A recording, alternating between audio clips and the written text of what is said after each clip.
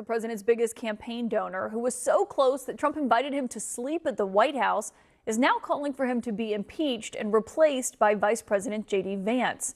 The man who was handed nearly unfettered access to the federal government is openly musing about forming his own political party. And the same guy, the billionaire backing the U.S. space program, he's now threatening to take his rockets and go home.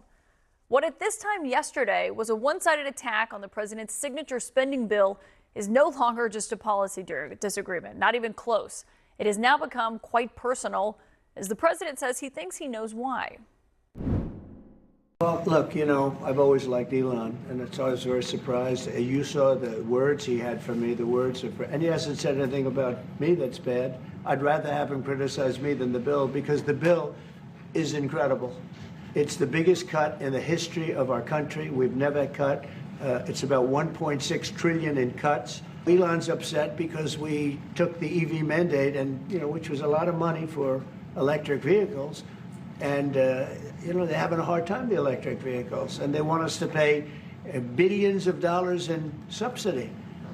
And Elon knew this from the beginning. As Trump was speaking from the Oval Office, Elon Musk responded in real time, writing this, quote, "False. This bill was never shown to me even once and was passed in the dead of the night so fast that almost no one in Congress could even read it. And quote, whatever, keep the EV solar incentive cuts in the bill, even though no oil and gas subsidies are touched, very unfair, but ditch the mountain of disgusting pork in the bill." And with the German chancellor sitting by his side today, with the president there in the Oval, he said what he had been bottling up really for days now.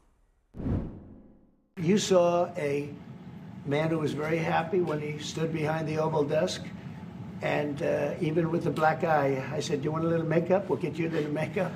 But he said, "No, I don't think so," which is interesting. He's worn the hat. Trump was right about everything, and I am right about the great, big, beautiful bill. We call it a great, big, beautiful bill because that's what it is. I don't know what it is. It's sort of Trump derangement syndrome, I guess they call it. But we have it with others, too. They leave, and they wake up in the morning, and the glamour's gone. The whole world is different, and they become hostile. I don't know what it is. Someday you'll write a book about it, and you'll let us know. Not to be outdone, Musk posted in response to that, quote, "Without me, Trump would have lost the election, Dems would control the House, and Republicans in the Senate would be 51 to 49. Such ingratitude," he added. As the White House was scrambling to react to all of this as it was playing out in real time today, with aides now forced to attack the person they have been defending for months in front of the cameras. Look at this. You can still see the imprint of Musk on the White House, that red Tesla that the president bought from him. Our Jay McMichael shot this. It was still sitting right outside the West Wing, parked on West Exec. He's a great patriot, and he's also done an incredible job with Tesla. And I mean, nobody else has a car company started up in the last 30 years that's been successful. I don't think so. I love Tesla. It's not clear if he still feels the same way tonight. Today, the president declared that Elon was wearing thin. I asked him to leave. I took away his EV mandate that forced everyone to buy electric cars that nobody else wanted, that he knew for months I was going to do, and he just went crazy.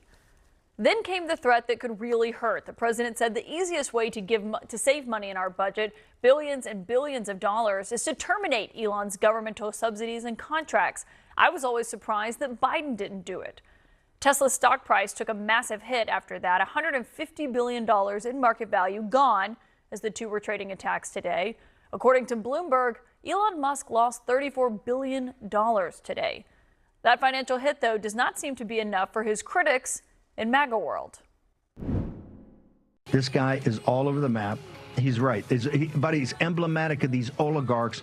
All of them have the maturity of a 9-year-old, and they're dangerous. They're dangerous not just to the president of the United States. More importantly, they're dangerous to this republic and the citizens of this constitutional republic. At one point, the president seemed to maybe be trying to cool things off. He said, quote, "I don't mind Elon turning against me, but he should have done this months ago. And I'm told that allies of both the president and Musk were kind of caught in the middle of all of this today. They were quietly and delicately trying to broker peace between the two men behind the scenes. But those efforts were upended when Elon Musk wrote this. This was really kind of the end of that. He said, "Time to drop the really big bomb. Donald Trump is in the Epstein files. That is the real reason they have not made public. Have a nice day, DJT." Now, I should note tonight, there's no evidence when it comes to what this looks like in terms of the Epstein files beyond that. The White House says his bomb is an unfortunate episode. And several people familiar with what was happening behind the scenes described the Epstein tweet to me as the tipping point, though, in this relationship, now fearing that there is no going back. We have a full house of deeply sourced insiders to start us off on what is a remarkable day at the White House. CNN's Donnie O'Sullivan and Brian Stelter, and also Politico's Dasha Burns and the Associated Press's Sungmin Kim. Dasha, I just want to know what you're hearing from people at the White House tonight, because what we were hearing is, yes, this was a breakup that was predictable, but even people inside the White House did not see it going down like this and as fast as it happened today. I mean, the group chats inside the White House were just on fire today. People comparing it to a divorce, saying, yeah, we thought it was going to happen, but maybe not until the fall or in a few months. What have you been hearing from people tonight? Yeah, my phone's been just absolutely blowing up. People inside the White House, people on the Hill. I mean, the divorce analogies are rampant right now. Look, it was the ferocity, how quickly this happened, and once he started going down the rabbit hole of the Epstein files, that's when the conversation with White House allies and people inside of the White House really changed. As I was communicating with folks all day, they were saying this is now going into crazy town. People were telling me that the president is concerned about Elon Musk's well-being, that you saw the reporting as we all did from the Times around the drug use. They didn't expect it to go quite in this direction. And at this point, earlier on, people were saying, look, they fight. These are two titans. They're clashing, but they'll come back together. Now it seems like the hope for any sort of reconciliation is gone. And the goal is just to try to turn the temperature down here. I mean, Sungmin, that's really the question here, is how you turn the temperature down when you have got these two major personalities, two alphas who are trying to essentially outdo one another in terms of inflicting harm, now that this relationship we're watching it totally implode. Yeah, I mean, Elon Musk and Donald Trump hit each other where it hurts the most. They hit each other's egos. And for Elon Musk, Donald Trump really hit at his wallet. So it's really difficult to see what the two sides can do to at least even turn the temperature down a little. But this fight could have really serious actual consequences for President Trump's agenda. I was really fascinated by some of the early comments we were getting from Republican lawmakers on Capitol Hill about the impact on that so-called one big beautiful bill. I mean, there's Ryan Zinke, Republican from Montana. He was Interior Secretary for President Trump in his first term, and he said that it's, you have the richest man in the world and you have the most powerful man in the world going up against each other. It really can put the bill in serious jeopardy. And while I'm a little bit skeptical about how much, I'm just a little skeptical at this point about how much power Elon Musk will have at this point. I think a lot of his power within the Republican Party comes from his proximity to Donald Trump, but it certainly doesn't help when the fate of the bill is already very much teetering on the edge. Yeah, and Donnie, when it started out just, this policy fight on what was happening on Capitol Hill. Obviously, anyone who crosses Trump should expect to face his wrath. It was actually surprising how long he took to respond to Elon Musk. But on the Epstein files, I think just to properly convey to people who may not be on Twitter as much as you and I are, it is the lowest of the low insults to say to someone in right-wing media or the right-wing atmosphere, oh, you're in the Epstein files. Yes, that really is, that is the kryptonite here. And maybe why Trump finally responded, right? I mean, when it comes to the Epstein files, Epstein lists, whatever folks want to call it, it doesn't actually matter what it is in reality. I mean, there have been names that have been associated with Jeffrey Epstein that have been released through court. Trump's name came out in documents last year, but there was absolutely no accusation of wrongdoing on Trump's part whatsoever. But his name was as somebody who knew Epstein. What is most important, though, is what people in the MAGAverse imagine what this list is to be, right? And this, they imagine, is a list of all the bad people who went to Epstein's Island and who, abused young women and did other criminal things. And what people also believe is that that list is made up of Trump's enemies normally, right? We see there's been many versions of this list that have circulated online. They did this to themselves because it was the Trump orbit that amplified the conspiracy theories about Jeffrey Epstein's list and who was on it and what it meant about those people. And so for Elon Musk to say that is why that kind of takes this to this other level. It doesn't mean anything. It doesn't mean that there was wrongdoing. We don't know that. No. But there's already pictures of Trump and Jeffrey Epstein together. We knew he was a member at Mar-a-Lago and then was removed from the club. But it was kind of the right turning on the right here. 100%. And there is going to be a situation now where people have to choose sides, right? GOP lawmakers are already asking themselves, am I choosing Trump or Musk? I'm sure most of them will choose Trump. In the US, a formerly key political partnership is imploding in spectacular fashion tonight as a bitter war of words develops between Donald Trump and Elon Musk. During a press conference in the Oval Office, President Trump said he was surprised and disappointed at Mr. Musk's criticism of a key piece of his legislation.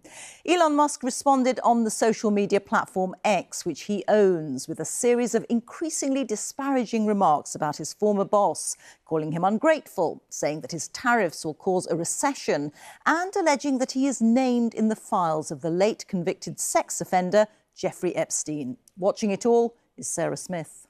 Give it to Elon as a presentation from our country. Thank you. Thank you, Elon. Thank you. A golden key to the White House was Elon Musk's leaving present. Now, less than a week later, Donald Trump might want to think about changing the locks. Elon and I had a great relationship.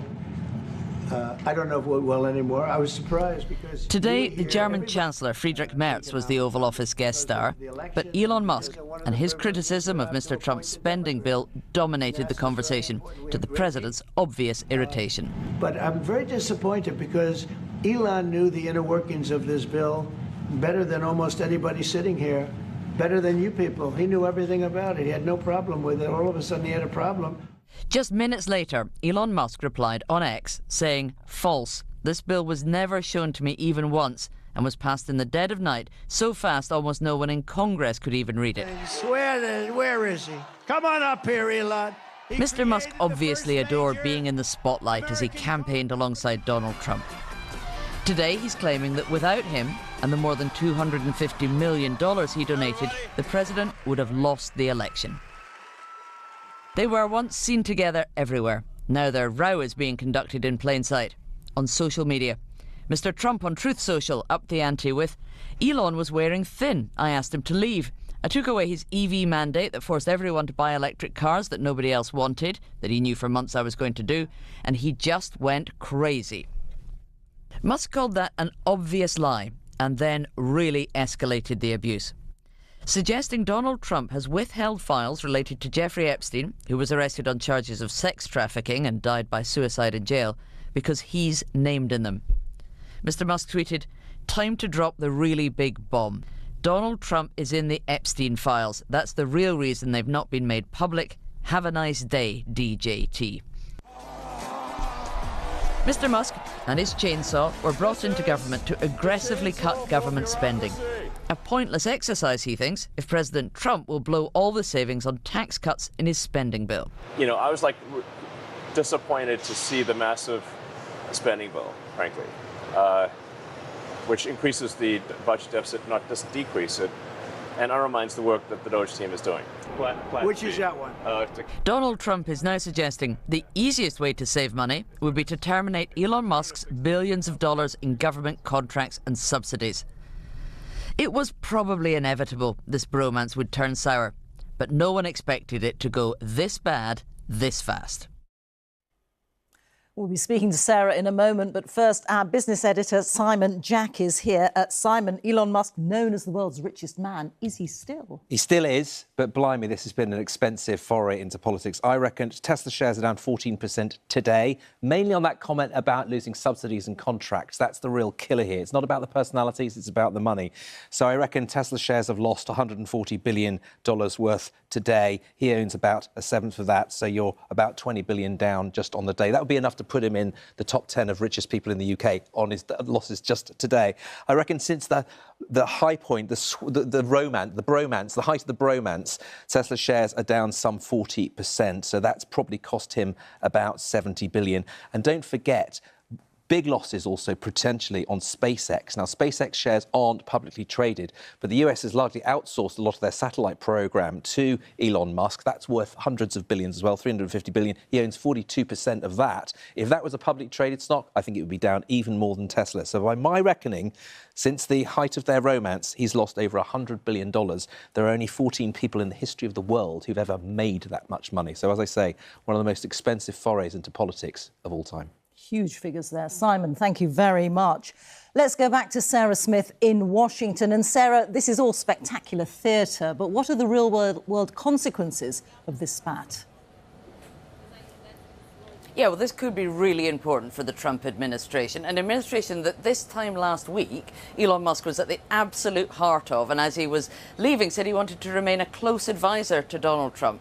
Now, on social media, he's going so far as suggesting that Donald Trump ought to be impeached and replaced with the Vice President, J.D. Vance. I mean, it's such a quick turnaround.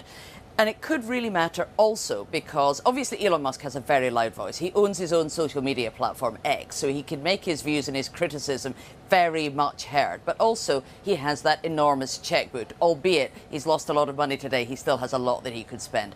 He had promised $100 million to be spent on political groups that are controlled by Donald Trump. Will that money now turn up? That seems quite unlikely. He might be more likely to target that at representatives and senators who, say, for instance, vote for this great big spending bill. He could then use his cash to target them, to try and get them replaced by other candidates. That's something that representatives do genuinely worry about. And Elon Musk has a big enough checkbook to make that a real threat. So he can use his money to continue to try to influence policy. And then today on social media, among all the other things he's been saying, he's even suggested that he might start his own political party, which he could afford to finance. So far, he's had almost 2 million responses to that, with over 80% of them encouraging him to set up his own party. Sarah, thank you very much. Sarah Smith there.